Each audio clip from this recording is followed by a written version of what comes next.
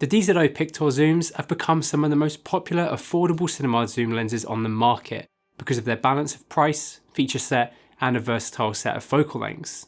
However, with the rise in popularity of full-frame cinema and mirrorless cameras, the demand for full-frame cinema zooms has grown massively, and DZO are looking to capitalise on that with the introduction of their new full-frame cinema zoom, the 35-80mm t2.9 Kata zoom.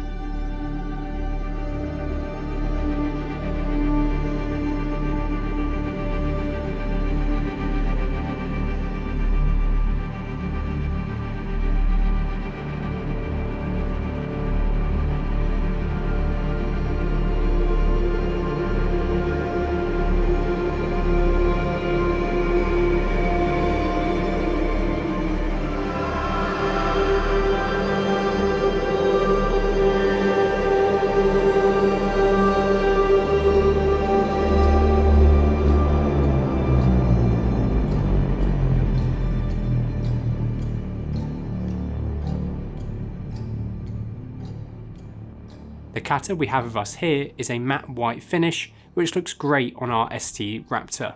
However, DZO will be making both white and black versions of the Kata available as they did with the Pictor zooms. Obviously the black finish is going to be the most practical and popular, but if you own a white camera, you may want to go with the white to match it. The Kata zoom is actually relatively small considering its speed, focal range and image circle. This relatively small form factor will come down to DZO's decision to design the lenses for short flange mount cameras. This decision would have allowed them to make the lens smaller than if they had designed it for PL or EF. And while it is a shame that it's not available in PL or EF mount, I think the main market that this is aimed at will still be able to use it natively.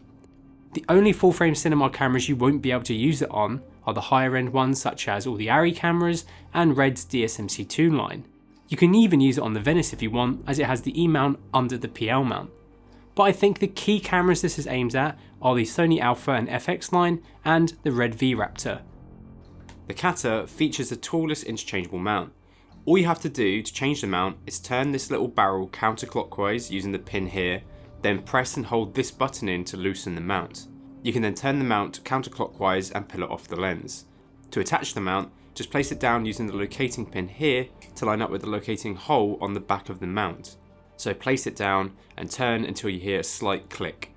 You can then turn the ring back clockwise and your mount is now swapped. We ran into an issue where the locating pin rotated round under one of the fins here, which would not allow us to get a mount onto the lens. If you run into this issue, don't panic. Simply grab a pair of tweezers, push the button on the side of the lens in that we use to remove the mount and turn the locating pin counterclockwise to this position here. You will now be able to put a mount back onto your lens.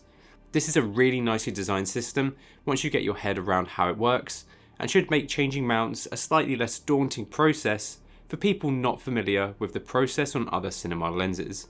Here you will find shims that you may need to add or remove depending on what mount you are using and how your camera is back focused. I would advise checking out DZO's manual on this, or let us know in the comments below if a guide to shimming your lens is something you are interested in seeing. Anyway, once removed, you will then be able to swap between Sony E, Panasonic or Leica L, Canon RF, Fuji X and Nikon Z mount. This is a really good range of mounts to choose from, but I think E, L and RF will be the most popular for it. You can choose which mount you want to grab the lens in, and then these mounts will be available separately in case you want to change it if you have two different camera systems or if you want to give the lens more rental options. Physically, the lens is incredibly light and compact. It weighs only 1,532 grams and is roughly 212mm or 8.36 inches in length. This is really small in comparison to other full frame lenses in its class. It also has a 77mm filter thread for screw-on filters and an 80mm diameter for clamp-on matte boxes. The mechanics of the lens are really smooth and solid. Each rotation feels great. It has a focus rotation of 270 degrees, a zoom rotation of 100 and an iris rotation of 75 degrees. It also has a close focus of 0.74 meters or 2 foot 5 inches, which is fairly consistent throughout the focal range. However, we can see it change a little bit when we zoom here. This is one area of the lens that I wish was maybe slightly better. A closer close focus would have been much appreciated here. The Kata features a dual scale with both feet and meters, and meters are on the left of the lens and feet is on the right of the lens. How accurate your marks are can be important if you are using cinema lenses in their intended workflow, with the crew pulling off of distance and marks instead of just visually. The Kata comes with shims out of the box for you to tailor the lens's back focus to your camera and in case you swap lens mounts. The lens also features a rear mounted filter system. This is a simple drop in and out design, and the lens comes with a clear filter as standard. DZO have said that they should be creating some replacement filters, but have been limited with what they have told me, so keep an eye out on their socials for more details. This is an awesome system to see and could make for some interesting combinations. I did double check if Canon's drop-in filters for their RF to EF adapters worked with this, but they are much larger than the system in the DZO. When it comes to the lens's coverage, we unfortunately can't get it onto our lens tool, as the system we used to capture the stills for it is only PL, LPL and EF. However, I did want to grab some quick tests using the V-Raptor to see how well it covers a large full-frame sensor. DZO has given the lens a rated image circle of 43.5mm, and if we look at our tests here, we can see that the lens covers the Raptor sensor really well with only a little bit of light loss towards the corners of frame at some points in the zoom. But it performs well and will have no problem covering pretty much every cinema camera that it can be physically mounted onto. If we look at our waveform as we zoom, exposure in the center of the frame is pretty consistent throughout the zoom range. However, in the corners, we can see some variation as we zoom through. We got the chance to shoot some quick tests in one of our local forests to see what image the lens can produce. Let's take a look.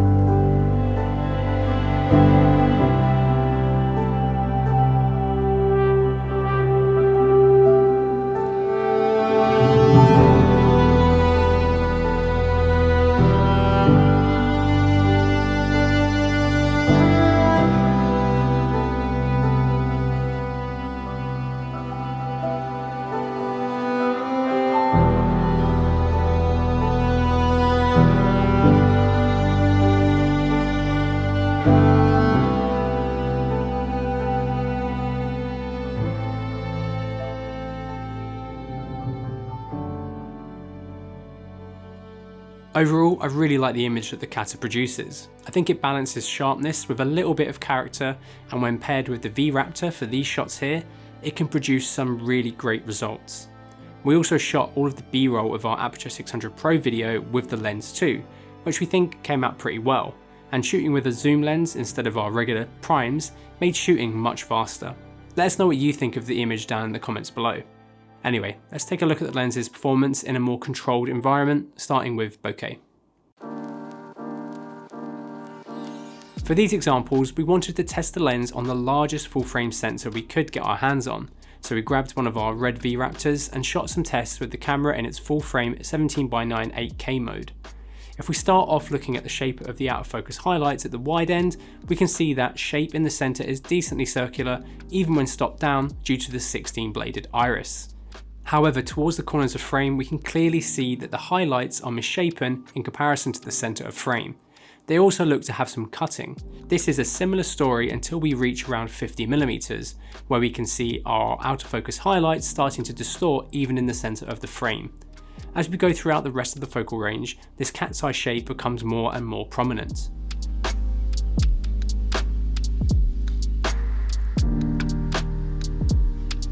At the wide end, we can see a slight double up of our highlights, and this will most likely be an issue in the lens that can be fixed and will most likely not be there on a full production unit. We can also see that our out of focus highlight also features a pretty defined edge with some colour around it too. This is the same as you stop the lens down to t5.6. This doubling effect goes at around the 50mm mark.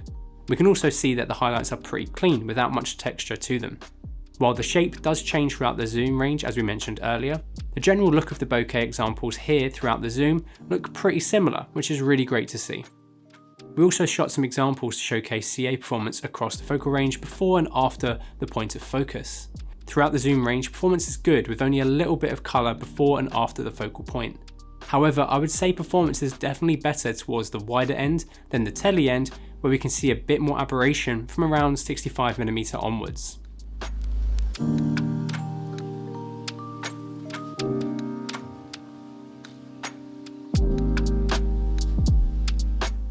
A lens's flare characteristic is an incredibly subjective thing that some may like and some may not. For these examples, we grabbed our Aputure LS60D and blasted it down the barrel of the lens. Keeping the camera and the light in the same place, we can see how the flare changes as we zoom throughout the lens's focal range. Personally, I like the look of the flare on this lens. It isn't super busy and looks pleasing to my eye. Here are some quick shots of us stopping the lens down and panning a little bit to get an idea of how the flare looks, as well as a few creative examples.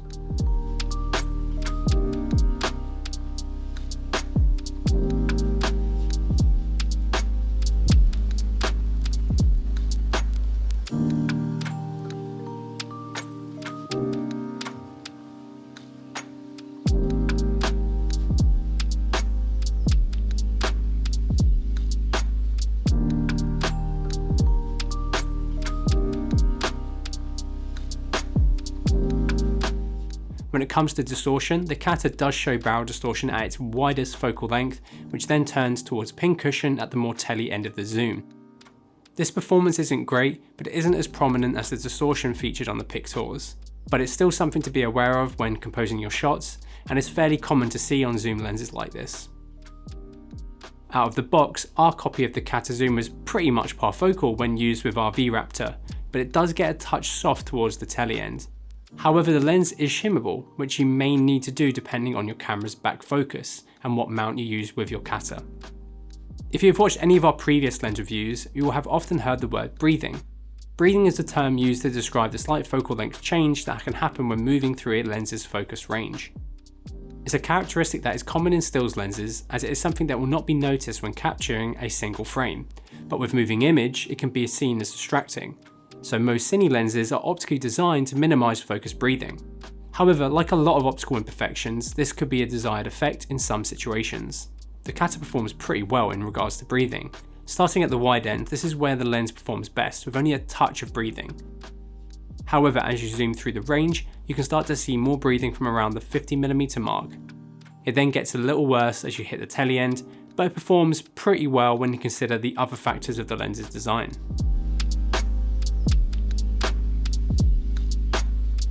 When it comes to how well the lens can resolve, in the middle, performance is pretty good at the wide end, but does improve as you stop down. As you go through the range, this is a similar story up to around 60mm. Here though, we can see a clear change. It has much more CA wide open and has much lower contrast in comparison to the wider half of the focal range. However, it does bite up at t5.6. This performance holds through all the way to 80mm. While it is a shame that the lens does fall off in performance quite a bit, considering the size of the lens and the image circle, this isn't too bad, and there was going to be a compromise somewhere. In regards to corner performance, we can see that throughout the range, we see chromatic aberration even when stopped down to t5.6, but we can see an improvement in resolving power as you stop down the lens across the range.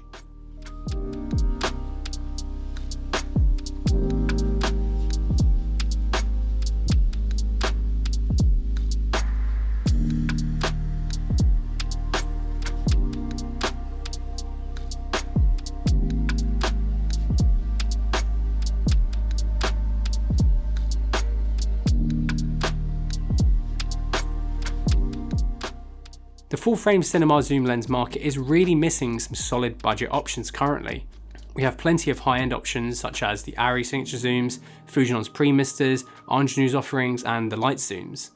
There are even a few mid-range options such as the Ingenu EZs with the full frame backs, and Zeiss have their compact zooms.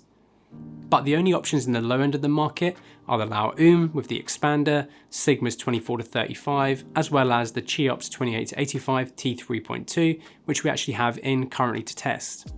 However, all of these lenses we've just mentioned here can be used on PL and EF mounts natively, and the Kata is the only one that has been designed around having a shorter flange depth, similar to the Fujinon MKs. This makes the Kata, in my opinion, the most unique out of the bunch. If you want us to do a full comparison of some of the full frame zooms on the market, let us know down in the comments below.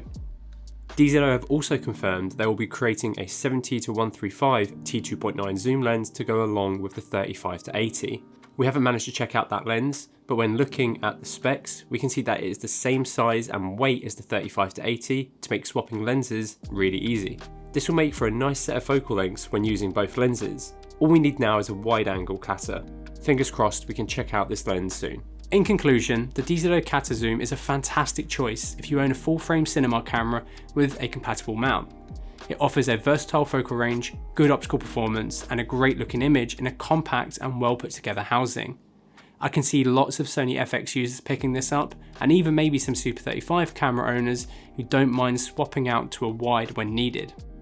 Let us know what you think of the DZO Kata Zoom in the comments below, and if you liked the video, please give it a like and maybe even consider subscribing so you don't miss out on our awesome upcoming content, and thank you so much for watching.